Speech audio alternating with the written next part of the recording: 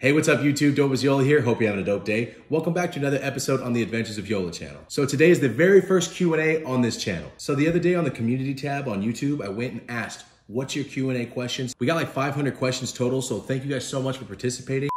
All right, guys, the first question is from Andrew Bowers. So this question I get asked by not just fans, my family, everyone, my friends, everybody. So the question is, when are you and Rosie getting married? The answer to that question is, we don't know. We're in no rush. We're super busy. We're doing what we're doing. We've been together for going on 9 years now, which is insane to say. When we buy a house and we're just chilling and we make money in our sleep and we have multiple businesses going, there's no reason to be spending that much money on a party for a bunch of other people. Right now, me and her can just go travel, do what we want to do. But until then, I'm not going anywhere. She's not going anywhere. We're going to get married eventually. We just, whenever we have time.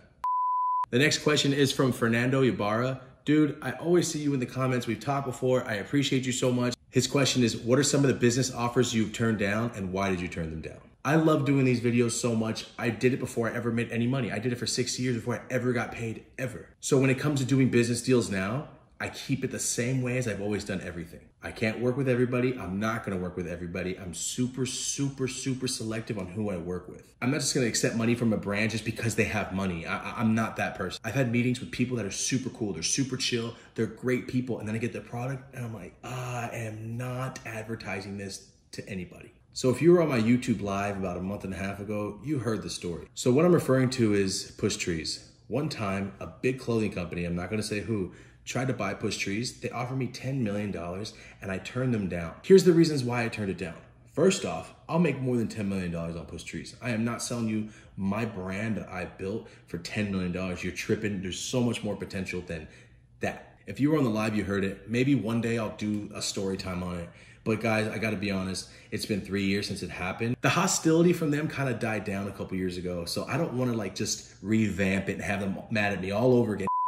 Okay guys, this next question is from Caleb Stewart. It's a long question guys, so I'm gonna read it off. With the uprising of your other account and you also starting this channel, how do you manage to come up with content for both if most of your life has already been told on the other account? Guys, I'm gonna tell you right now, this channel, there's gonna be more story times on this channel than my Dope as Yola main channel. The stories are never gonna stop. There's so much stuff that's happened to me. I have a photographic memory. I remember almost everything that's happened to me. So it's not like I have to have some crazy story. Most of my stories aren't extreme. The way I explain stories, I try to make you feel like you're standing next to me or you're in my eyes and you're seeing exactly what was happening. That's what I'm trying to describe everything I saw so it could be as descriptive as possible so you can see what I see. I haven't even scratched the surface, guys. There's wrestling, Oregon, baseball, there's high school, there's still college, my grandpa, my uncle. The stories are not gonna end.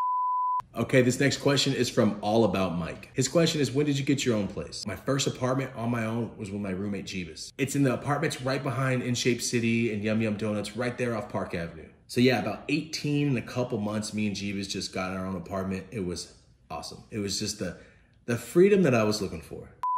Okay guys, the next question is from Toxic Pony TV. Awesome name. The question is, when was the first time you realized you were gonna be something and knew you had created something great? When I was about 8 years old, I watched the movie Simon Birch. If you haven't seen it, go watch it, it's awesome. The movie's about a little tiny kid with like disabilities. And in the movie, he says like he's meant to do something else. God made him to do something insane. I don't know what it was, but I was a kid and I saw that. And when I heard that, I go, you know what? Me too. I'm gonna do something awesome. I'm always watching Seinfeld with my grandma. I'm like, you know what?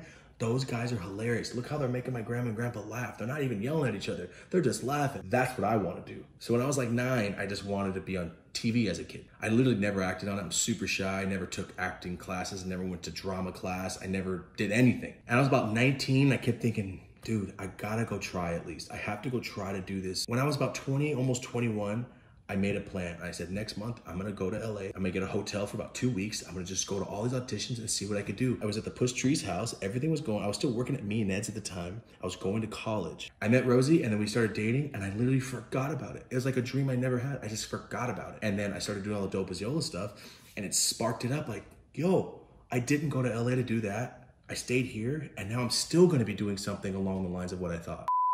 Okay guys, this next question is from Jeffrey Dyer. His question is, when you got sued by Tupac's lawyer, were you proud? I would be. Guys, I was not proud. So about 4 years ago, I had an idea like, I wanna make a Push Trees Tupac shirt, but I wanted to flip it. I didn't wanna just take a picture of Tupac and put it on a shirt and sell it. I wanted to change it up. I paid an artist from Italy to draw Tupac in dots. It's the picture of Tupac. He has a bandana on. He's flipping off the camera, he's got no shirt, he's got a gun in his belt, and he's just looking at the camera.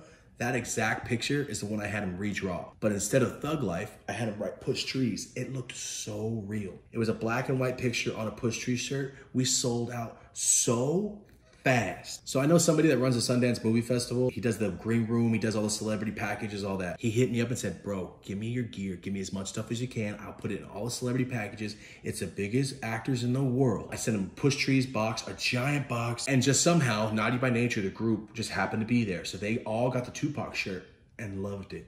All of them wore it during their performance at an award show. Apparently, Tupac's lawyer or family lawyer happened to be at the show, saw the shirt and went, nope. Who's that company? He emailed me right away. The guy emailed me with the most absurd way you could. And the email said, I know you're selling a shirt. What he says is completely real. Cease and desist, all that. I responded like, I'm sorry, I won't sell anymore. Cease and desist, you won't see any more of it. He emailed me right back with some absurd requests. He says, I want the numbers, the names, and the addresses to every single person you sold. I want the sales records of your entire company. I literally just wrote back, I'll stop selling the shirt, but I'm not giving you any of that. You're tripping. Done. Guys, this next question is from Richard Siltner. What were the late 80s and 90s cartoons that you grew up watching as a kid? When I was real young, it was always Looney Tunes, whatever my mom had on. Then it was The Simpsons. And from The Simpsons, it went to Rugrats. And that's when I got into Nickelodeon heavy. It was Nickelodeon everything. But mainly, guys, I was stuck so heavy on The Simpsons. Everything Bart did, I wanted to do because I thought he was cool. I started skateboarding because Bart skateboarded. Any single thing that was on Cartoon Network, Nickelodeon, I watched everything. Not a big Disney kid. I was never a big Disney kid. I did watch Blank Check and all the movies like that, but I didn't watch the cartoons. Okay guys, this next question is from Jeffrey Dyer. What is the most challenging thing about getting popular on social media? Also, keep up the good work. Love your vids. Thanks, Jeff. I know it sounds like, all right, come on, fool.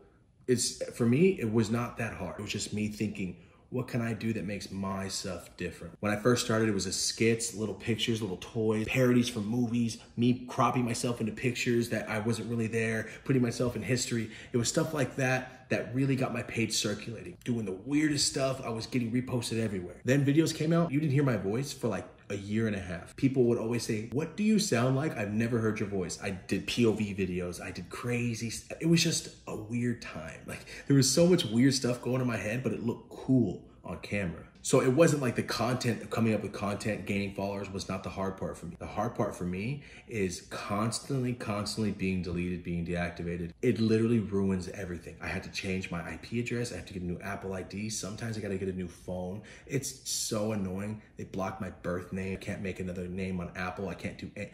Dude, Instagram really hates on me. They hated on me hard. The first time I got deleted, it was at 270,000, I think. That next moment, I started a new account, and by the next 24 hours, I had 50K again. They deleted me again. Same thing, I got 52K the next day. It came right back. Got deleted 4 days later, and it went right back to 50.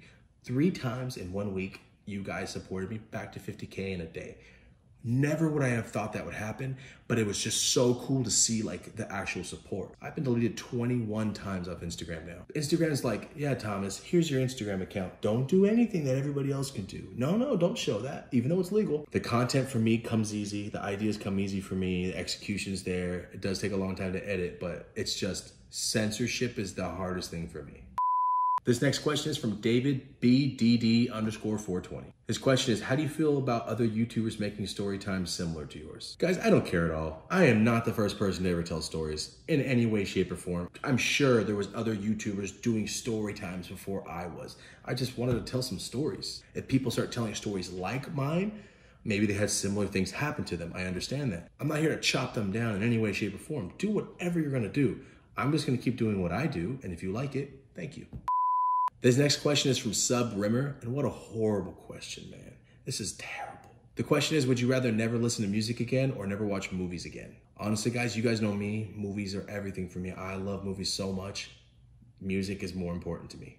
Always gonna be. I can watch a movie and remember it, play the whole movie in my head. Yes, now music's a little less original. People are sampling, copying things. I understand that. But music's always gonna change. There's always gonna be somebody out there making something that just is perfect for what you want. I can close my eyes, listen to music. I can close my eyes, listen to a movie.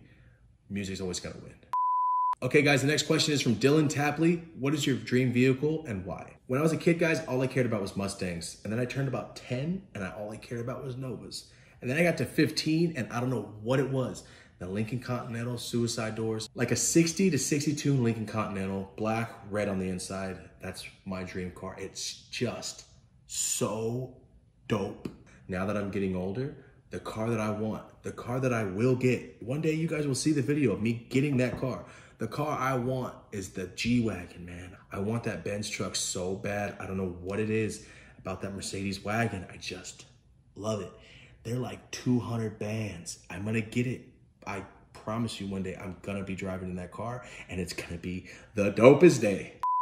Guys, the next question is from Killing Kings. The question is, did you ever have an experience with bullying and how did you prevent it? Guys, my whole life I was a fat kid, so yes, I have been picked on since forever, but that really made me acquire the skills of just trash talking kids to like tears. When I was real young, it used to bother me, it used to bug me so hard because I don't like hitting people. Even as a kid, I don't like hitting people. I have said some terrible things to these kids, but they deserve it. People used to pick on me all the time because I was just a fat kid, I was small, and I was super nice. So people would mess with me a lot. Second grade, I was in Miss Kuniyoshi's class. I was at my elementary school, Shihi, right next to my grandma Dolores' house. I'm standing in line. My last name starts with an A. So the kid, the brown-haired kid, he was a real short, white kid. Behind me, his name starts with a B. I don't talk to the kid that much. I don't know him that well. Like he talks to the other kids in class. I don't know him. The kid says, hey.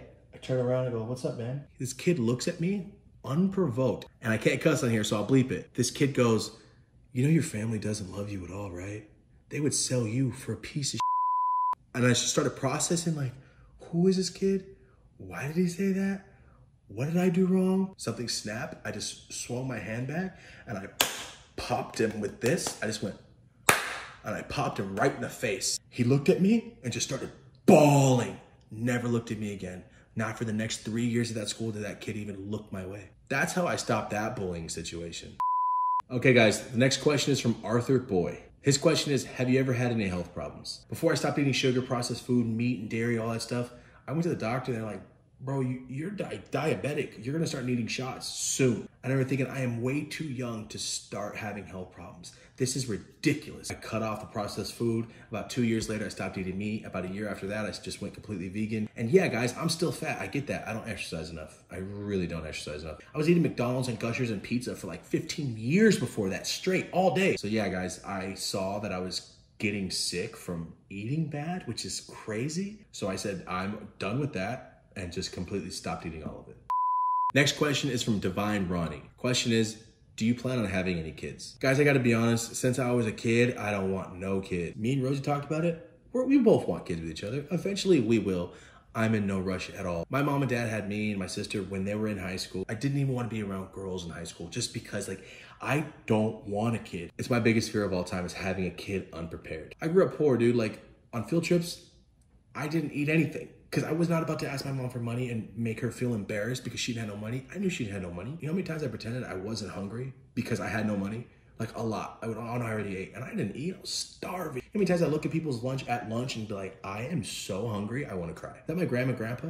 I would have been just starving all the time. Knowing that I can't do the class project because we have to go get poster board and markers and stuff, I know we can't afford that. So I am just not gonna do it. I'm not poor or anything right now, but I would love to have my house paid for, the cars paid for, my mom's house paid for. Like that's my plan, to be completely settled and square and go, now that I have time and the money and everything I need, now I can start planning. Now I can start making sure that kid's 15, there's a car. When you're 17, oh, your college is paid for. That's what I want. All right, guys, the last question is from Anonymous Harris. The question is, what is your favorite superhero? And if you guys follow me heavy, you already know who and what my favorite superhero is. It's a regular guy that just happens to be rich. His name is Batman, and he's the coolest guy ever. Batman has no powers. He's basically a billionaire with a bunch of free time. That's the first movie I ever fell in love with. It's the first toy I had. I still have my toy. You saw it in the moving vlog. It's in my display counter over there. My first toy I still have. Michael Keaton is the best Batman of all time. Okay guys, that's it. That was the first Q&A on this channel. For everyone that left questions, thank you so much for participating. For everyone watching this, thank you too. I feel like we hit a pretty good amount of different topics on this one. Before you leave, do me a favor guys, right here, around right here. Go right there, it says a thumbs up. Press that thumbs up. I appreciate it. Don't forget to subscribe, hit the notification bell, and like I said, always leave a comment. What do you want to see next? Thank you guys so much for watching. This has been another episode on the Adventures of Yola channel, first Q&A ever. Until next time, guys, thank you so much for watching. I'm Dope as Yola. Have a dope day.